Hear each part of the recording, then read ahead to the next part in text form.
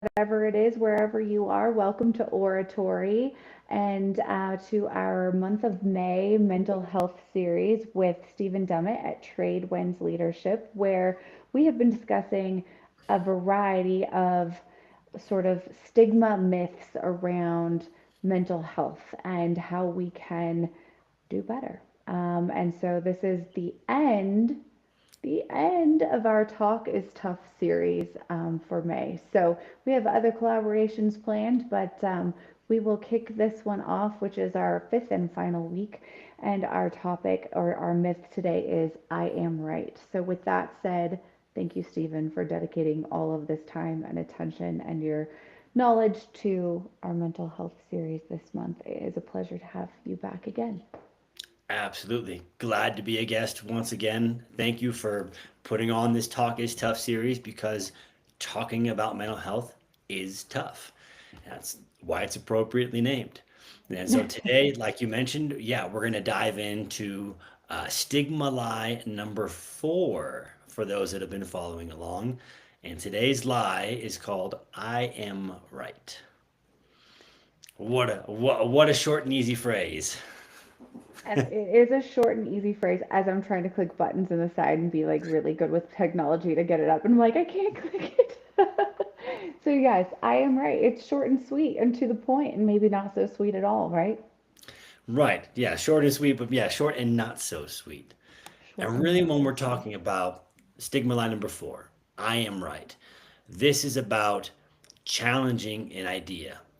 All of the stigma lies are based on how do we build more effective, more efficient, safer teams, and really more than anything, how do we improve communication and trust on our teams?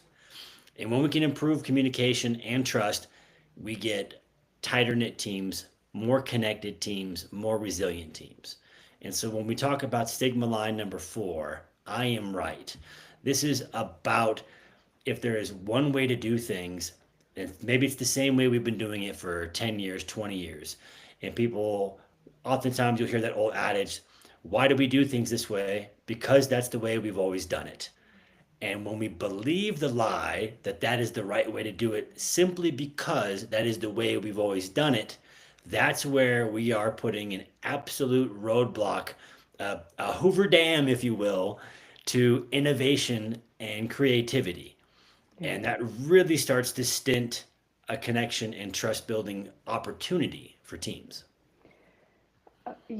I think this is relevant for so many areas in mining, not just mental health. And so I'm trying not to have a tangent here, but I absolutely agree that like we have to be open and receptive to building these kinds of communication channels and ultimately trust with one another to be successful.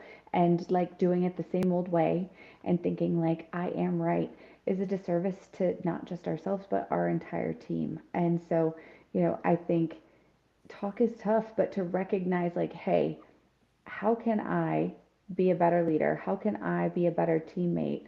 I think often it is just to recognize that like we all have different perspectives and different realities, and bringing them all front and center and being able to talk about them is such a superpower in the long run that we should just lean into it. But that's easier said than done for most of us, right? I would say much easier said than done. Yeah. If we could probably go on a string of old adages for this entire podcast based on this one. But I'll bring up one more, and that's just Okay. that old habits die hard. I think kind of goes in line with this. Yes. And when we are asking of our team and saying this is the way we've always done it, so this is the way we're going to continue to do it, we're stopping that innovation, we're stopping that creativity. But more than anything is we are preventing the changing from the thinker to the doer amongst a team. Yep. And so old school mentality, manufacturing mentality from 100 years ago says we have thinkers and we have the doers. So we have the people that come up with the idea, and then we have the hands-on people that execute. That is all they do. Yeah. And what we're trying to say is that when we're trying to build a cohesive team that is relying on each other, that is connected, that is resilient, we need to blend the thinking and the doing. Yeah. I'm not saying that we don't need a team lead or a direction or a foreman or a captain or someone that is taking that lead role. But sometimes being a great leader is inviting your doers to also think. Yeah. It lets them feel like they're using more of their capacities, more of their abilities.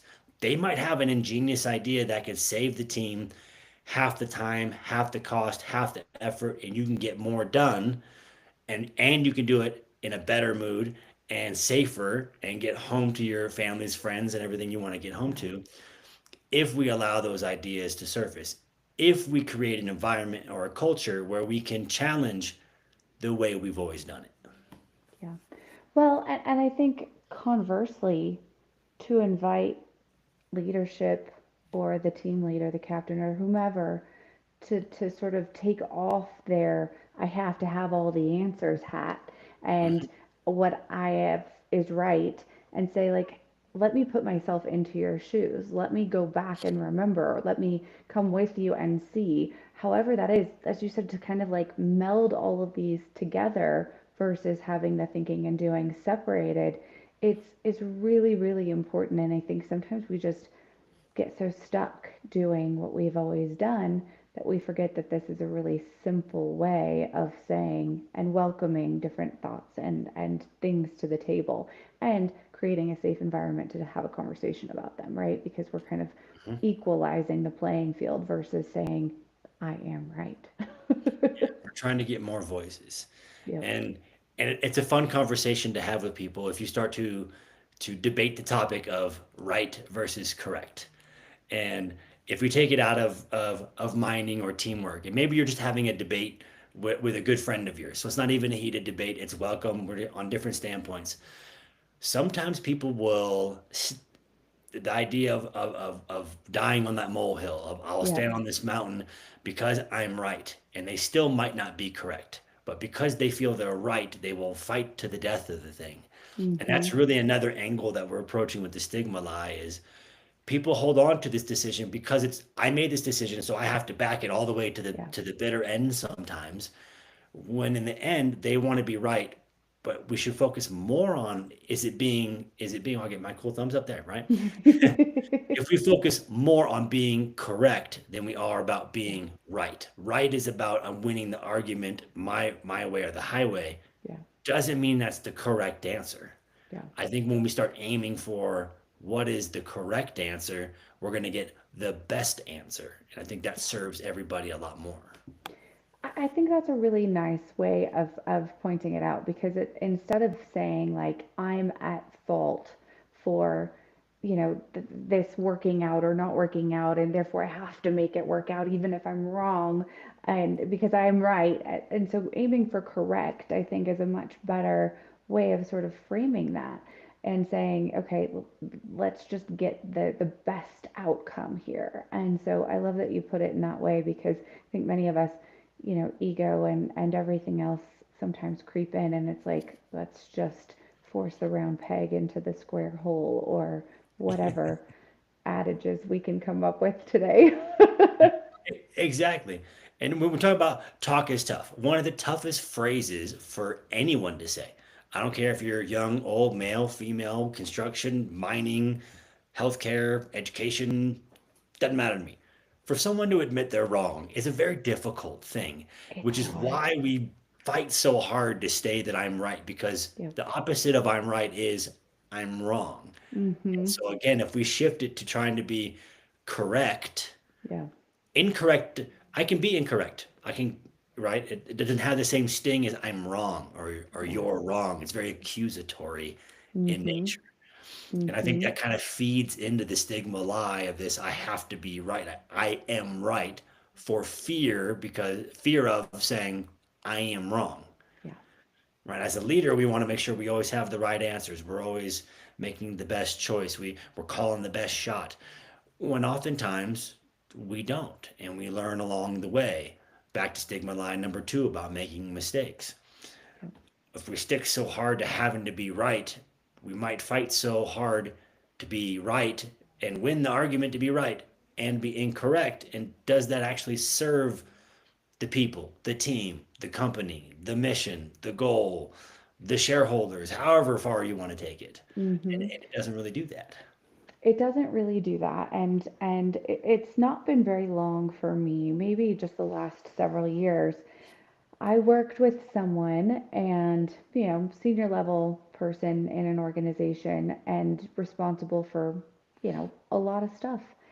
And he was one of the first senior leaders that would admit openly and frequently that he was wrong. Was wrong. I didn't know. I thought I had all the information I needed. I didn't. We need to change course, whatever it is. But he openly said, "I was wrong. Help me Mhm. figure it out." And it was really disarming. I mean, anything from, missing a call, like, "Hey, I was wrong on my timing. It'd be great to get back together, blah, blah, blah. I have an obligation." No one ever says that to their recruiter. They're like, Mhm. "I'm busy," very unapologetically. And so I worked with this person for several years. I mean, up to present, and he wound up retiring. Um, Late last year, early this year. And I learned so much by his just really, like, without ego, going into meetings and, into circumstances and saying, like, "Look, we know better now, so we're going to have to change what we did. This is not the final course. I talked to so and so. This is what we're going to do. I think that this is the best course of action," whatever. And it allowed his team to do the same thing. And it allowed him not to feel bad about, continuing to make a mistake. And so I hadn't really thought about it in that context until you started saying some of these things, but it makes so much sense to me that if you have a leader or somebody who's willing to say, "Hey, I don't always have to be right," that means neither does your team. And that creates a space for all of us to work together and to say, "I was wrong," or Yeah. I need more information so I can do this better." Right.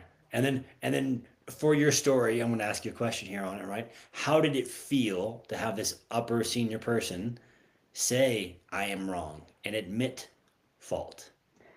Honestly, it was really amazing. And it happened so frequently, honestly. Like the first time, it sort of blew my mind. And then I recognized that this was a pattern, that this was like a style. And I thought, well, is he being self deprecating? But he wasn't. It was truly like this. I recognize all the time that I'm wrong. The more I do, the more I realize I don't have all the answers. And he said stuff like this routinely. And, he had people that he had worked with in multiple iterations of organizations follow him around. And there was a reason for that, right? He was a very strong leader and one that created environments that, before we always used the term, were psychologically safe. Right. By admitting he was wrong, he helped foster and create the environment that made you feel psychologically safe. Yep.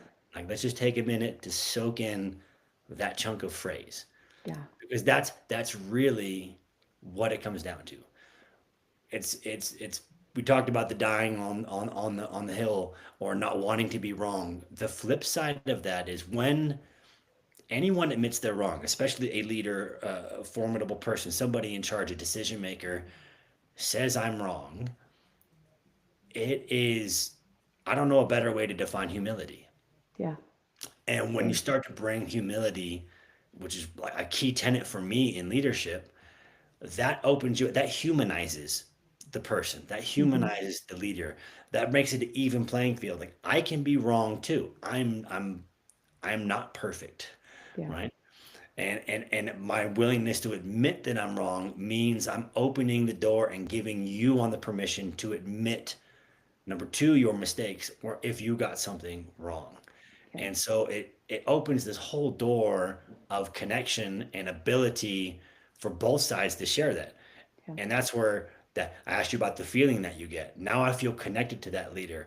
I can see myself being like them. They don't always make the right choice versus one that's always having to be right. I'm going to feel like I'm at an arm's distance or Yeah. I'm never going to get to their level or they're going to keep pushing me away. When I'm wrong is like almost an invitation Yeah. sometimes. Yeah. Well, it certainly was, but it changed. It gave me also, we talked about this early on in our conversations this month, it gave me the permission to do the same thing, to use that same tool. and say when I was wrong, when I messed up, when I did something that I could have done better, to just say it, and having the accountability, the willingness to say I messed up. All it's disarming, and it tells the person that you're working with or for, hey, I'm going to do my best to make this right. Not only am I admitting that I did something that, could have been done better or whatever that looks like in that instance, but like now I'm going to work with you to figure out how I can make it right. And so that's been a really important tool.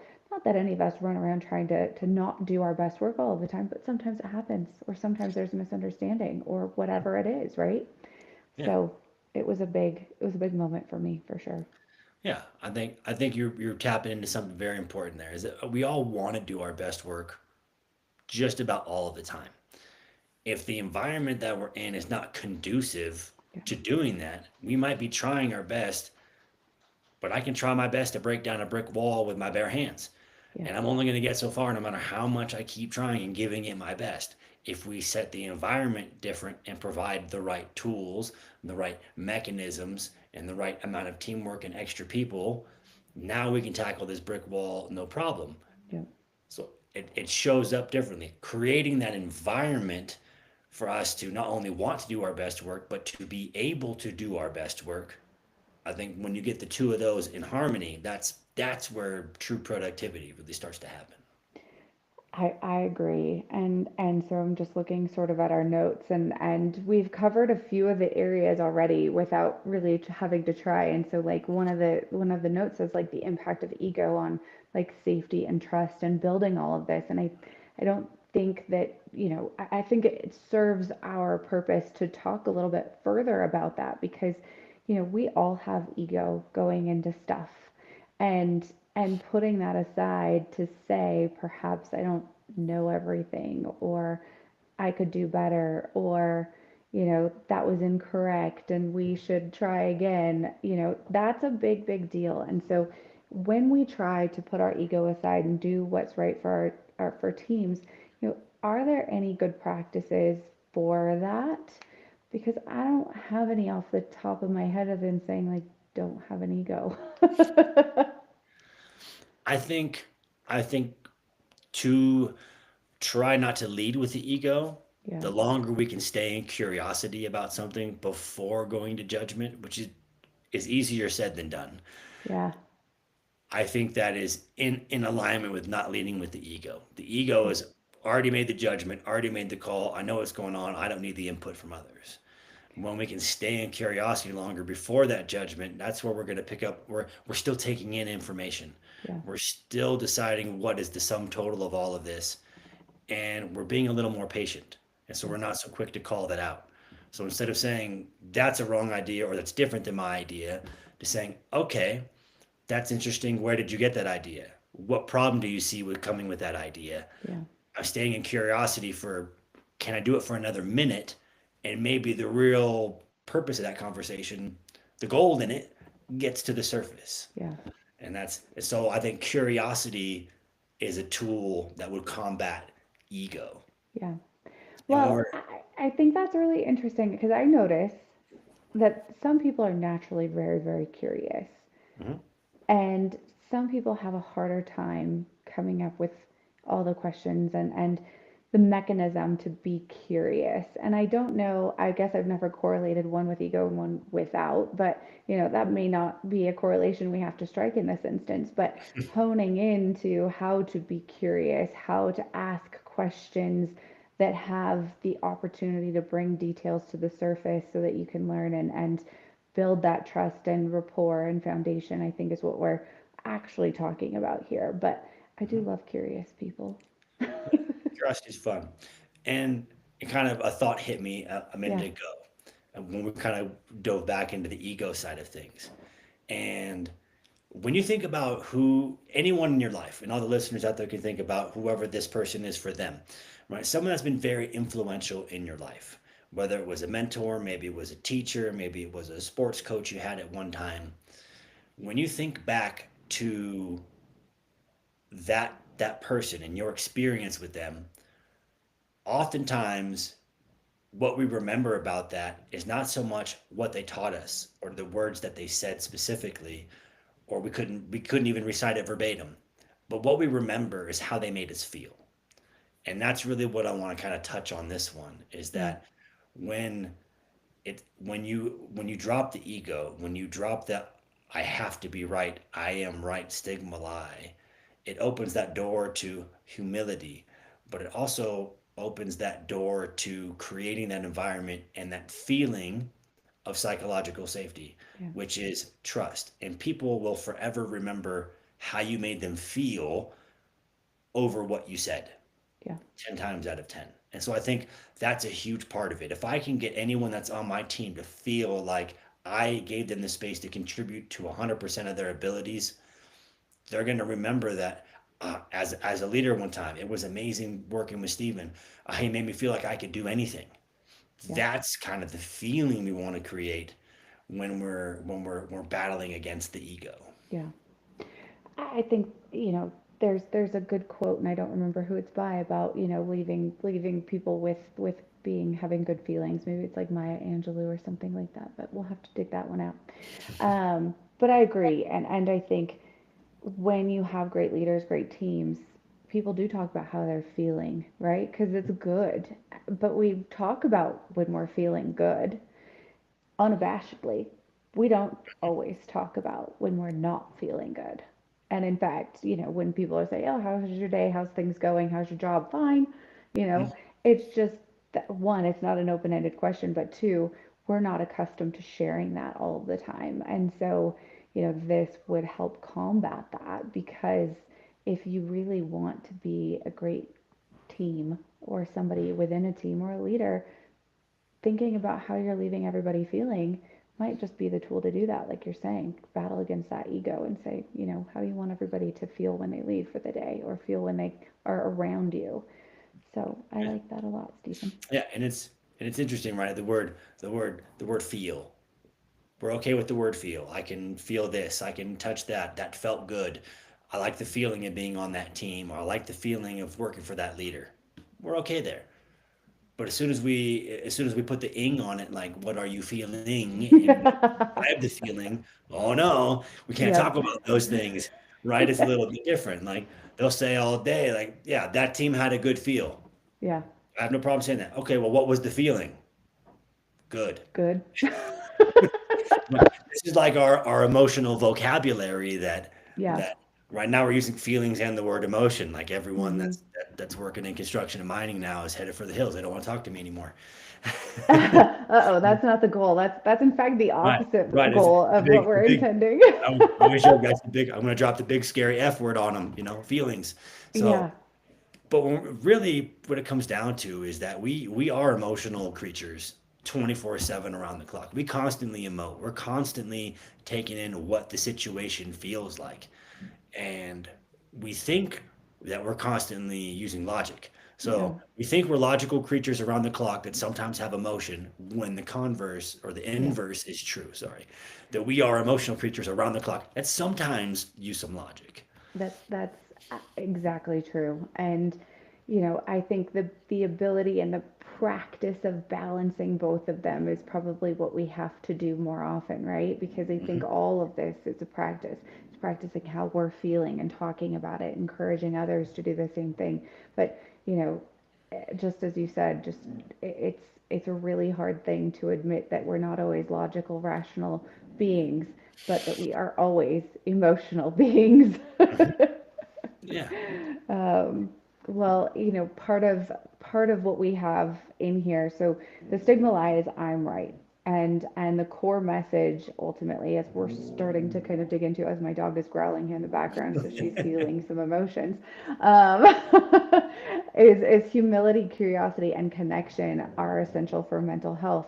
And I don't know. I think we're going to kind of continue to dig into that. And as my dog growls in the background, so I apologize for that. I was going to put her up, but she's went through one podcast earlier today, and so she's like, "Listen, I just don't want to be in my crate, and I can't go outside because it's raining." So here she Mhm. is. But I think disarming other individuals that we're working with, and creating that ability to be humble curious, individuals that are part of a team together is what we're trying to do. But I think for many, just as you said, feelings are Mhm. hard to talk about. And so, continuing down the path and looking at sort of the stepping stones that you've created, ideally, when we've gotten to sort of step 4, people are having more tools in their toolbox to have these conversations, tough as they may be at times, but have conversations about the good side and the harder sides. I would just say that, it's really important to always be cognizant of showing up fully, right? Mhm. And supporting other people that you work with. And to me, that's not easy either because everybody has stuff going on. Sorry. It's all right. Yeah, and the truth is that everybody has something going on that they're not fully sharing. We're not walking around open books, and we're not advocating for everyone to walk around and be an Yeah. open book. I think that would cause its own set of problems. Yeah. But recognizing that people have these other things they're dealing with, that they're storing, that their mental bandwidth is being taken up Yeah. by some bit of emotion that they're feeling Yeah. and things that are going on, gives us that space. It allows Yeah. us to be a little bit more patient. Yeah. Maybe patience we could add to that tool list with curiosity. Patience could be a really good one, to not have to jump and have the answer, and Yeah. be okay. Be okay not having the answer for a minute. When I just came from a Toastmasters meeting, right? So one of the key things they'll talk about there is being okay with silence. We don't have to fill every single minute that we're speaking or Yeah. having a podcast with words. Yeah. And if you need to have a pause, let there be a pause. We don't Yeah. have to fill it. It's okay. So having that when we're making decisions on a team, Yeah. having a little more patience, allowing that space. A lot of people use that term, holding space for things is a lot more Yeah. popular today. Holding space. And it's really just about staying in curiosity longer is holding Mm-hmm. space. Being patient is holding space. It can show up a lot of different ways. Yeah. It's just not being so quick to have to rapid fire and pivot, move, make the call and go. There's situations that call for that. Yeah. Absolutely. Probably not as many as we think there are throughout the day. Yeah. Hmm. I couldn't agree more about that because I think that often we think that we have to have the answer, right? And we've talked about this as a stigma lie, Hmm. which means we have to respond, which means we have to know exactly what to say, which like compounds the anxiety, compounds all the kinds of ways that we're feeling. And I think not only being patient with the individuals that you work with, but being patient with yourself because you don't always have to have the answer. You don't always have to be right and just say, I need to think about that for a minute. Hmm. Let's get back together on that. Um, I think a lot of what we're talking about this month also leans into some pretty significant emotional intelligence principles that are important, and in some cases we're just hoping or assuming that individuals have, right? But I think even in practicing some of these, you know 4 areas, that they'll be building that emotional intelligence with their groups, and sort of practicing it and testing it out and seeing how it fits. And until they have an opportunity to do it and maybe create that ripple, it might feel uncomfortable. It might be awkward, and that's okay, right? But Hmm. sort of the idea Absolutely. is just to keep trying. Absolutely. Let it be uncomfortable. We talked about that in a previous episode. To get into a learning zone, a growth Yep, zone, you have to leave the comfort zone. It's going to be uncomfortable to leave the comfort zone. yep, And go ahead and get things wrong and try things and fail. And yep, that's okay. And yep, be wrong. Make the call if you need to and admit when you're wrong.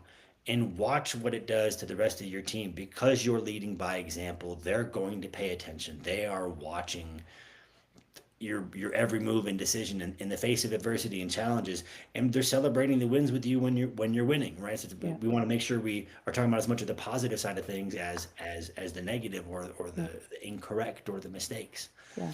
They're paying attention to all those things, and leaders are paying attention to their team members and which ones they can rely on, and which ones are adaptable in that sense. And so that's where using these four stigma lies, even just on a team of 5 or 8 or 10 people, your immediate team that you work with every day, you can start to change the culture, the Yeah. behavior, what that team is okay and not okay with. And all of these things really are under the umbrella of emotional intelligence. Yeah. Understanding the impact that I create on others by my actions and words, or that at least I can have an impact on others by how I choose to lead or how I choose to be a teammate. Yeah. Hmm. Well, and how you leave them feeling. How they're feeling. Yeah. Yes. The They big want to F talk about word. what they're feeling inside, but give them an uncomfortable hard hat. And they're like, nah, that one's uncomfortable. That's a feeling. Yeah. Well, sometimes we Right. have to start there, right? Like, put this Hmm. itchy vest on and tell me how you're feeling. Right. And Right. and then we can dig into to harder aspects of feelings later on. But we'll test this one out for size for the moment. Hmm. Um, well, and so, I think it's preemptive, but we'll just put it out there anyway. So the stigma cure is essentially letting others challenge your ideas and getting the solutions from there, right? And with others contributing, you create buy in and everybody gets to work together to the same end goal. And to me, all of that makes sense, right? Sometimes, like, I think you've just broken them down into some really core elements that are it's like if you can do something well, you do it simply, right? Is the saying. And so you've broken these down so that they're very, very easy to integrate into your mind and then go out and practice. And so I really appreciate that because sometimes change is hard. I mean, often change is hard, but when you get them broken down like this and you're like, oh, of course, that all makes sense. I can practice that today. Or I Hmm. put this into practice X number of times this week. All of a sudden it becomes a whole lot easier. And so letting others challenge your ideas so that you get better solutions is just like, duh. And that's really, if we're talking about healthy conflict, for Yeah, example, uh, Patrick Lencioni talks about healthy conflict, and really my take on that is the ability to invite dissent, the ability to invite disagreement. Tell me how this is wrong. I want to know how this is wrong. I want you to challenge the I am right and yeah, inviting that discussion, inviting that. I don't want to call it a disagreement because the goal is to reach an agreement. yeah, But that's really kind of to me at the core of healthy conflict. And healthy conflict is how we get to the best answers, we get to the best decisions, and get everyone moving forward on the same page because they had a chance to voice what they disagreed about, yeah, what the dissent was, why they didn't think it was a good idea, in a forum, in an environment that's willing to accept that. Now, yeah, I'm not saying we do this all day long, all the time, but before we decide to make the move and go forward with this, or if we're going to have a midday debrief and say, okay, what's working, what's not working, if I want to get all the best ideas and I want to get that blue work and red work for my people, I want to get the yeah, thinkers and the doers, I want my doers to give me their thoughts. I need to create that environment and invite that challenge, mm-hmm, which is really what this one is poking at. We talked about we've been building the stair steps of psychological safety yeah, throughout the episodes, and so now we're on the fourth step, which is challenger safety. yeah. So Well, and you said red work and blue work, and so I'm flashing into, like, all the different kinds of tests and analyses that we can put together so that we really build teams that are different from one another with cognitive diversity and that we understand one another. And so there's a lot of really cool tools, and I know that and I can probably geek out about these for a long time, but I really do find that understanding more about your team, utilizing whatever mechanisms you have, these tests and tools, is just so helpful as well, right? Because Hmm. you can understand what's motivating them, why they behave the way that they do, how they make decisions, what like natural inclinations they have, and by understanding more about one another, we can have these kinds of creative tensions where you have difficult conversations and are able to recover from them and push forward. And I just find that that's really a refreshing thing. And when people have the details on one another to say, okay, I know we think differently, but I really value your opinion. Let's just hash it out. Tell me what you're thinking. Tell me what your lived experiences are, and I'll do the same, and then kind of move forward from there. It's just a very, very empowering thing to do. And I think some teams need the tools behind them to kind of do that. But I think you're also giving them a path to explore this without using any of those really expensive tools, or to dig any further, by just saying, hey, you have to create these sort of natural moments of safety where we can have big conversations or small conversations and agree to have differences and figure out how to massage those moving forward. So I think we've we've talked about a lot of really interesting concepts and tools for people, which always gets me excited. Yeah. The tools, and that's what it comes down to. When we're talking about construction, we're talking about mining. These are people that use tools. Yep. They know how to use tools. So give them tools to use. And I think a great the stigma lie set, right? It's four lies. It's not this heavy lift. It's not some new encyclopedia or 1,000-page binder they got to Right. memorize. It's only four stigma lies that they can get together as a team and say, "Hey, team, which of these four lies are we believing and to what degree?" And not only do you have a rubric to go back to, a mechanism to go back to, it's a common language. So now Yes. we're all talking about the same thing with the same words. Yes. And once we start having that common language, now we can really get down to getting on the same page easier and realize where maybe attention was lying, or why was it rough to do this particular thing, or why do these two teammates not seem to work well together, or why do I like it when I work with A, B, and C, but when I work with D, E, and F, it's always like I'm grinding gears. Yeah. Now we have some tools to go explore that a little bit. And it's not 100% change. It doesn't, from night to day in one conversation. But if we can start to identify some portion of a stigma lie, some portion of uh, I am right, or some portion of you're not allowed to make mistakes, Yep. um, or some portion of you have to earn your spot, taking it back to stigma lie number one. Oh, we are kind of doing that to like the new guys. Okay, Yep. what could you do differently? Yep.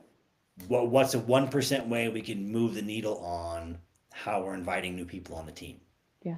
or looking at rank and order on the team? Yeah. We're moving the direction we want to do because we all have that same language to do so. Well, and I appreciate that you brought that up, because having that language and being able to label it is so important, right? Because I think we can all be saying the same thing, but be saying it differently.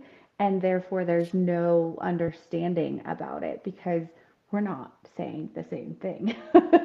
And when I look at teams, when I look at corporate cultures that I get to have sort of a peekaboo moment in when I'm doing recruiting for any reason, they have really strong scenarios like this, right? They have languages, they have that check-in meeting, they utilize whatever it is as a tool to kind of frame it, give the language, label it, etc., and move it forward. And ones that don't probably struggle to have these conversations a little bit more. But I think beyond labeling it, as you've sort of suggested, and having sharing that common language there, I think the other part that you mentioned that I really sort of am thinking about, that I totally lost my train of thought on all of a sudden. Um, like, welcome to Thursday. Yeah, I have a good thought. It's gone. Well, okay, language, and then what was the other one? Um, Well, shoot, maybe it'll come back to me, but it's gone right now. So, Yeah. go ahead. I was just say just, but that's I think the first step to teams being able to use the tools more effectively together in whatever language they have. As long as they have the common language moving forward, they're talking about the same thing. They can start to identify what is true for their team. Yeah, So I can't sit back here now and say I know how all these teams work exactly. I do know that when we get teams talking about these specific talking points, they can start to unravel what is the makeup of their team. It makes them unique. It makes them yeah, strong. It makes them work together. And we're just trying to give them that language, to do so. yeah. Well, and it's just as you said, if you look at any one of these four, you may not identify with all of them. You could say, oh, we definitely have number two. Like we're Mhm. definitely, conflicted as I want to click my button now. You're not allowed to make mistakes because like everybody like we're so pressured into doing X, Y, and Z and we're doing it right and we're performing at a high level and all of this stuff, but it's also killing us. How do we create an environment so that we don't always have to feel like we have to do it right? But that we create an environment where we can help solve each other's problems or be sounding boards, whatever it is. But, earlier on, we also talked about that ripple effect where, if one team is sort of employing some of this from some standpoint that like others will see it and be like, what's making them work so well together? Mhm. And giving others the power to also say like, hey, I want to do some of that. It's infectious and it's a great thing. I read something the other day that said, as we go to statistics, and it's apparently Thursday, and I remember nothing. Um, Sitting next to a high performer or working with a high performer automatically increases your ability to perform by like 30% or something. Mhm. Where sitting next to somebody who's like a poor performer makes you like 60% less effective or something. So it's like twice as bad, but 30% better if you're with somebody else who's really pushing you. And I can absolutely see that, and so if you're using this, you're kind of creating that ripple effect to also level everybody else up ideally. Right, and that I think that's a great point you're bringing in. That that when you're doing this with the team, you're leveling up each person on that team, and they're getting to experience that sense of leadership, this way of approaching teamwork. Inevitably, whatever team is together, whether 5, 8, 10, 15, whatever size that team or crew is, people will branch off, leave, and go to a different company. The new people will come in, they'll retire, they'll hire new. The team dynamics will change, but each one of those members will remember what it was like to operate that way, and will take some piece of that to the new team. And so, Simon Sinek has a great way of putting it. Is he says try to focus on just creating your magic team, Yeah. and when people leave, that person will get plucked out and go lead a new team, and that new team, he'll create a magic team because he has the tools. And this Yep. person will leave, and now you've made another magic team, and Yep. that two teams will now make four magic teams. Will now make eight magic teams, and then you can just go down the exponential effect of it. But that's what you're really doing is you're teaching everybody a way in which to operate on a team and how Yep. to get the most out of the team, and they're never going to forget that experience, and they will take it with them to the next team. So which is why we lean on companies that this is such a good investment for their Mm-hmm. workers, because the workers then take it on themselves and self-monitor and self-manage, and Yeah. they want to create the best team, Yeah. and then they've learned how to do it. There was a story, it was in I'm going to see if I can get the reference right. uh, I believe it was Jocko Willink's Extreme Ownership, Okay. and he talked about the boat crews when they're doing the SEAL training, and they had one boat crew that was losing every single event or test, and they had one boat crew that was winning every single event or test. And if you won, you got to not run the extra mile or carry the rucksack, or you got to go to the dining hall. For there was rewards for winning, and then there was reward penalties or punishment for last place. And so they went to the captain of the losing team, and he said, "Well, I can't because my guys are smaller. They're all bigger. These are the reasons we keep losing." So they took the leaders of the boats and they swapped leaders. And so then the question is, what happened? Now both boats are competing for first place in every single event. So it had nothing to do with the size of the team. It Yeah. had to do with the ability to lead the team. Team A, that was already winning, knew what good leadership was. And when they Yep. put the poor leader in, they helped educate him how to be a good leader. Yeah. Team B, that didn't have yet the experience of good leadership, got good leadership and saw a way to work together. And now the two are operating top notch and competing for first place on everything. So everybody wins. And that's a quick Yeah. example of kind of like the ripple effect you just Yeah. described. Hmm. Which I absolutely love that you shared that example. So I have also read that, and um, coming full circle, two things this weekend. I've got a 5-year-old, and he is in swimming lessons, and he's not a big fan of swimming. And I told him the 3 stages of learning. I was like, look, buddy, first you have to be receptive to learning, and then you're kind of in the thick of it. And sometimes you get pushed a little too far. And we had a situation where we got pushed a little too far this weekend in swimming lessons. And so now we're kind of going back to level one. And, I said, look, this is a practice that we literally go through as humans over and over and over and over again.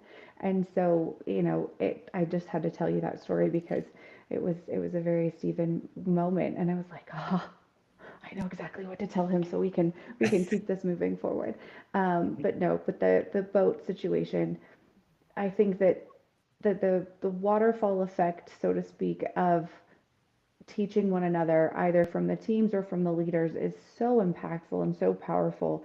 And we do see it in practice all the time. We experience this personally and professionally routinely. And, leaving our groups to feel better about the outcome, even if they didn't win or whatever the case may be, is still far preferred than, going into a situation where you didn't win and everybody goes home feeling awful or unsafe or whatever the case might be. And so, if we can share any of these tools that are helpful from my perspective so people can go out and create that ripple effect, like, I'm here for it. And I would love to sort of hear practices as people have listened to this, if anybody's putting it into practice, um, or if they're already doing it and have seen really positive results, because I love a good story. So Yeah. put that in your comments, people, please. Yeah. Makes my And day.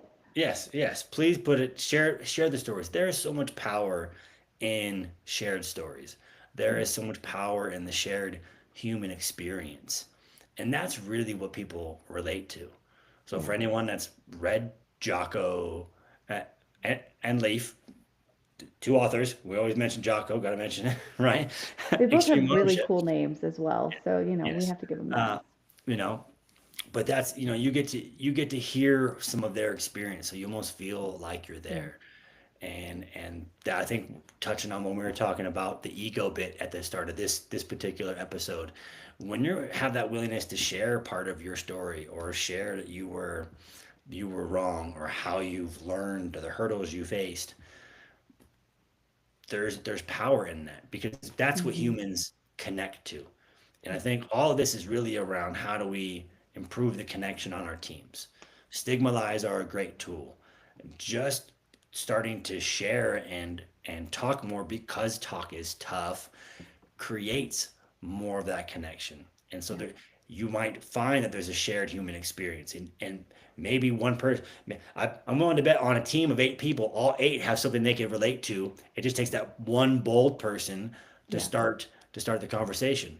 The same example could be if you're sitting at a dinner table and it's everybody's silent and clinking forks and this and that. Everyone's just, if you've been to a wedding where you get assigned a table and I'm sitting with people that I kind of know, but I don't know, I know they're friends, like we have a mutual reason that we're here.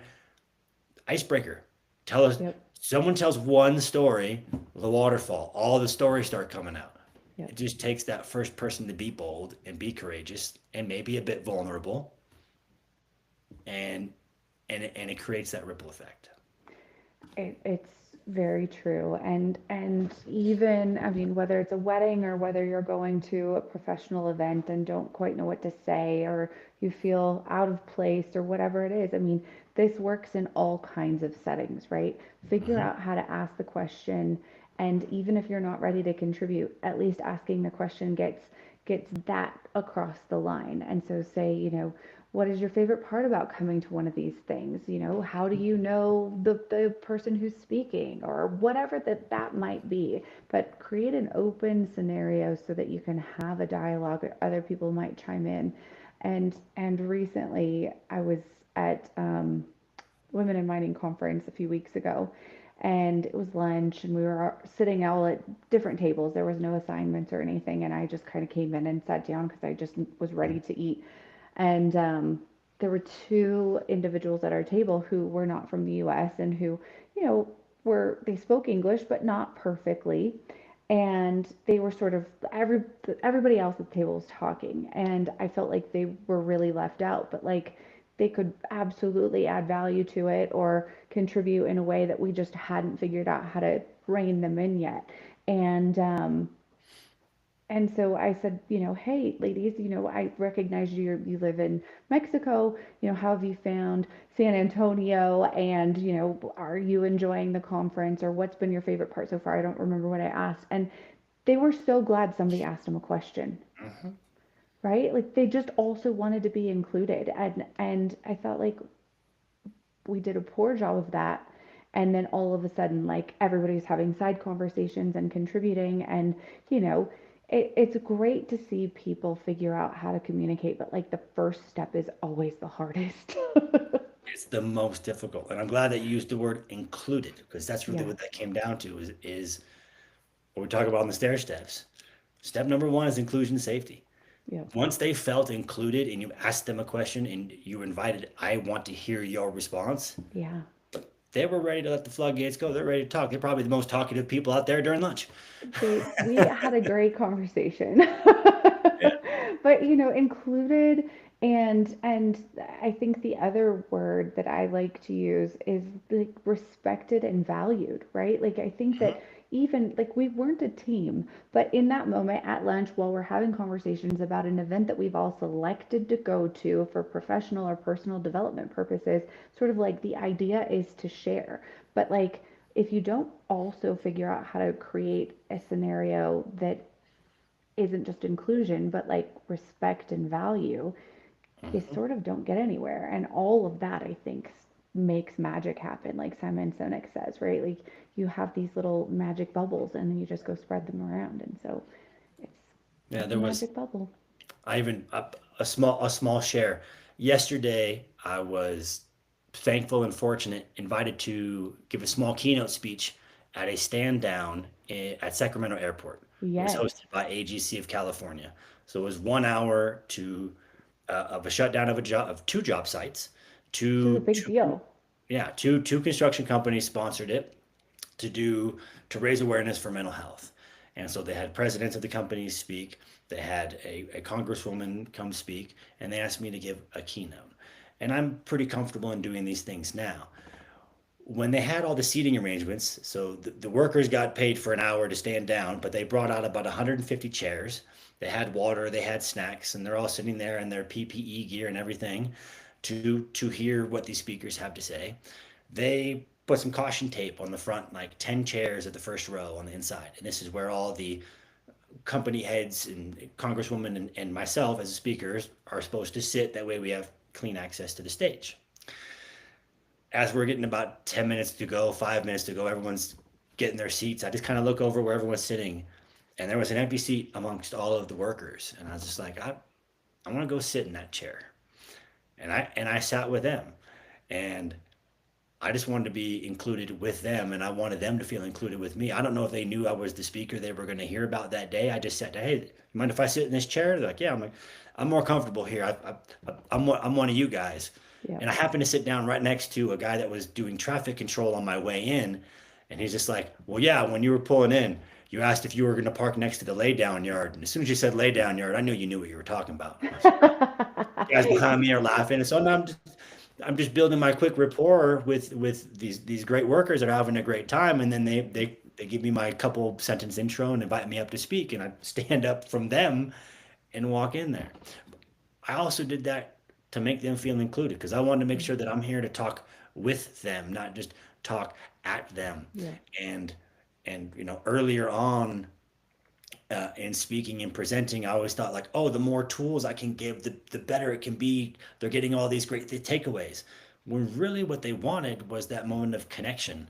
Yeah. And so now when I go speak, I share a lot more of the Steven story behind things, Yeah. and I let them see themselves in me, and I relate to them there, and then we work some tools in. Yeah. But the idea is that shared story we're talking about, that shared experience, and even just where I chose to sit as a speaker, I hope that it landed with them. Yeah. Mhm. Well, I mean, if first of all, congratulations. That's a really, really cool thing to have had the opportunity to do, and I'm sure you knocked it out of the park.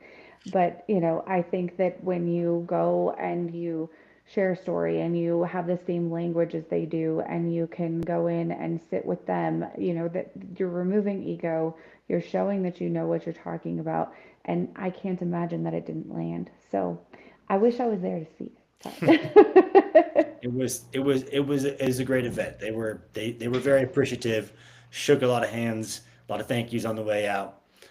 I see that your dog has just had enough.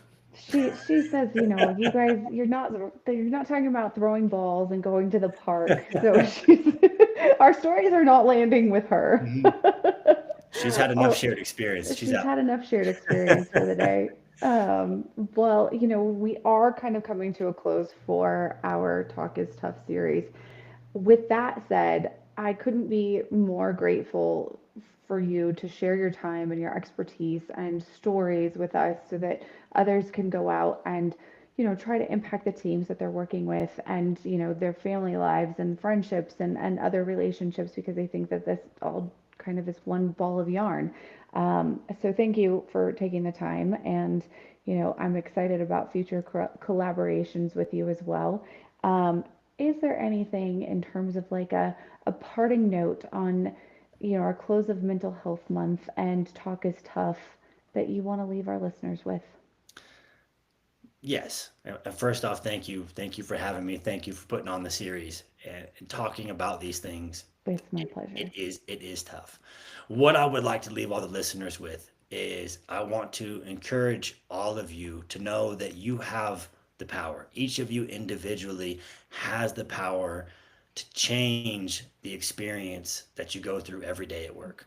And you do that by creating the team, the immediate team that you want to work on, and everyone will rally behind you in creating a better experience. We've given you the stigma lies as one potential tool set, but really all of it's about is just trying to better our communication amongst our teams. Good. And so everyone has that power. You don't have to be the team lead. You can just be a part of that team. You can be another member of the team, part of the crew. You have the power to bring this to your immediate team and focus on that local change, that 5, 8, 10, 15 person change, and make a magic team. So that's all starts with communication tools that every one of you have the power to have. Absolutely. And I think the boat story is such a powerful one to show that, even the team can impact the leader. And so, we'll leave them with that. And if you guys have questions, if you want to connect with Stephen, you know how at this point, but everything is up live. Tradewinds Leadership is his company with Olivia, and we are both always happy to be a resource for you guys, and look forward to our future conversations moving from here. So thank you all for joining us. Happy Thursday, and we will talk soon. Thank you.